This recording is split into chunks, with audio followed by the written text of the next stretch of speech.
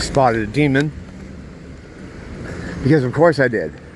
Because I'm walking out of the store at like, what time is it, like 6 o'clock or 20 past 6. Got a bunch of like stuff at the house in my hand, holding a drink and all this other stuff. I see it across the street.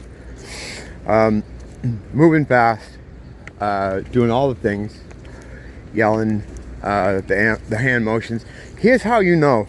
I'll explain to you how you know when you're seeing someone that has a demon or multiple demons in them. Sometimes it's more than one, sometimes it's a lot. But let me get this out of my hand here. If you've lived around homeless people at all, right? What am I gonna do with this bag? This bag's stuck. Whoa, whoa. All right, there we go. That's better. So if you've lived in an area where you're around homeless people, you'll notice a lot of times you'll see them yelling or carrying on, throwing their hands around, and you think, oh, that person's on drugs. That's demonic possession. Every single one. And now you're thinking, are you crazy? There's that many demons around to do that? Yes. Yes, there's more than you can imagine. Now, the drug thing. If you're on drugs, the drug of choice really on the street in here, in this area, the drugs of choice, boy, ma, it's usually crack or ice, which are stimulants. They can make you seem agitated, but for the most part, people on those stimulants are also kind of quiet when they're walking around, because it puts you in almost like a trance. You're just vibrating so fast. You know, usually a lot of people that use amphetamines like that, they have to watch out for clotting, because a lot of times they'll sit in the same position for hours and not move. That's not that. The other drugs going downtown, which would be heroin, or in this case fentanyl, they don't do that either. Those people are on their ass, or they're shuffling slowly around like zombies. So what does it leave? You're like, oh, I guess they're just crazy. They run around, they scream, you know, they're punching the air, talking in these guttural voices, yelling kind of what sounds like nonsense and gibberish. That's demonic possession. They have one or more things in them. There's so many of these entities around you. Again, Roger and KC, I hope he's okay.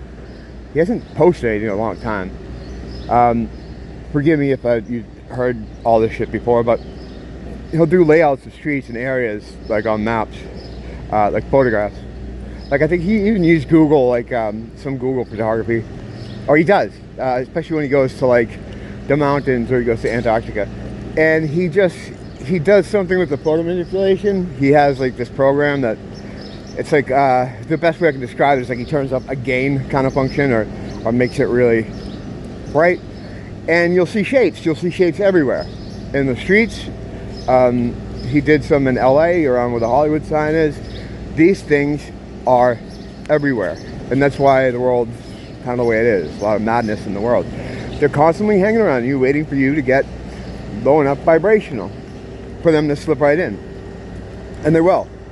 Anger, sadness, depression, hate. That's why a lot of homeless people are infected. Drug use and drinking, spirits. You know, that's spirits. Get in with spirits. It's right there in the name. They're everywhere. They're everywhere all the time. So, you know, I know I have some around me, just kind of looking like, all right, when can I get in? I've seen this kind of thing happen. So, yeah, I haven't been spotting any, and I've been going out. I've done videos where I go out, and in the beginning I'm like, I got my demon bag, but I haven't been seeing any. And I come walking out here just now, and I got there's one right there. You know, it's not even a vibe thing. It's not a frequency thing. They're across the street. I'm just looking at them. And I can tell just by the way it's moving, the way they're screaming. It was an old woman. I'm like, there's one right there. What do I do? You know? Do I fucking? I'm not gonna chase her. Like I got these, you know, grocery in my hand. Oh, look at that car. That's cool. It's like I don't know what you call that. It's a cool paint job, but it's like a C-3PO car.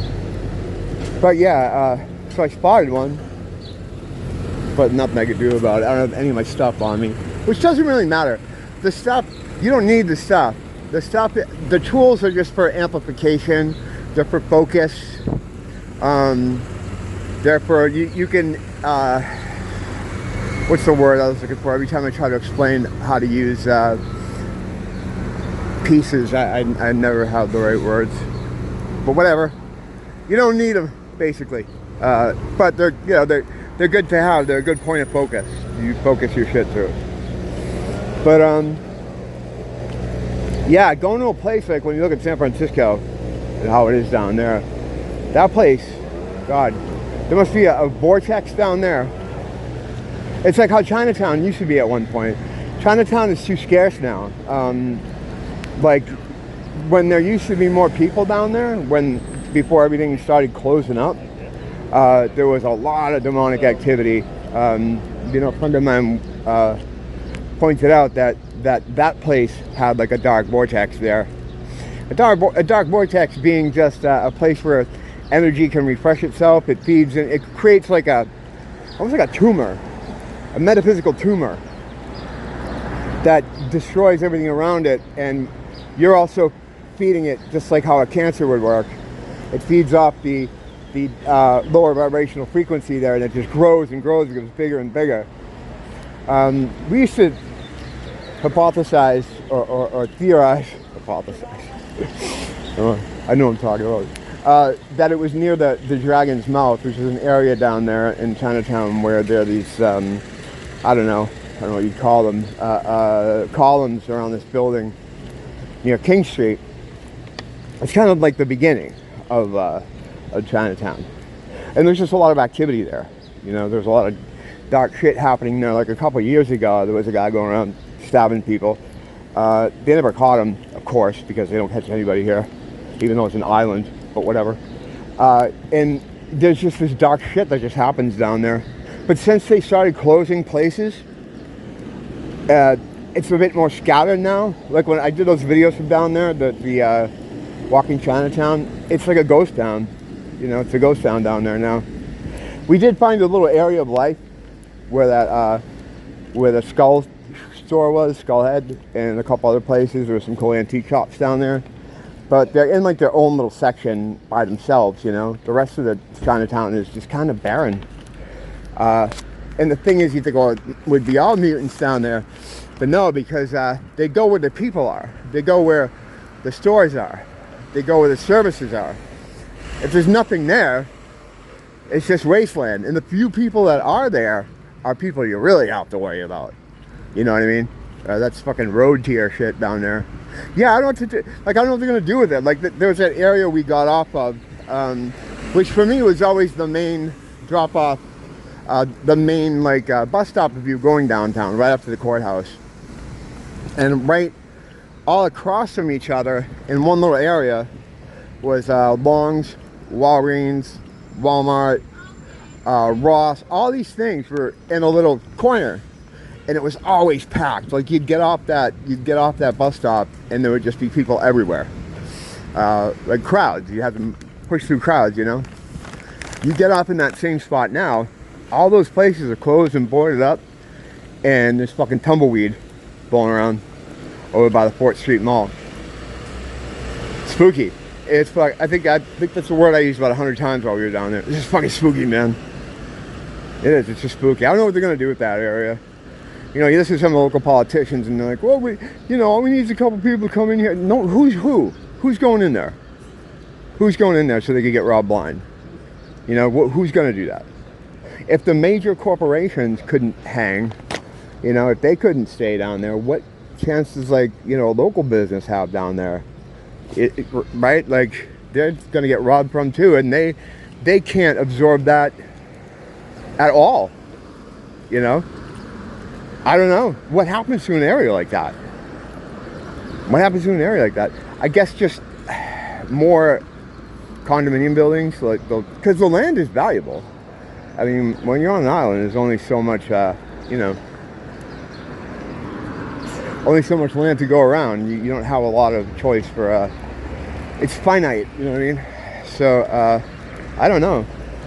But yeah, so, but the good thing about that is I think because of that, because of the lack of people, whatever thing was down there, whatever metaphysical vortex was down there, dark vortex, is dried up. Because I didn't feel anything when I was there. You know, when you used to get off down there, you used to feel it.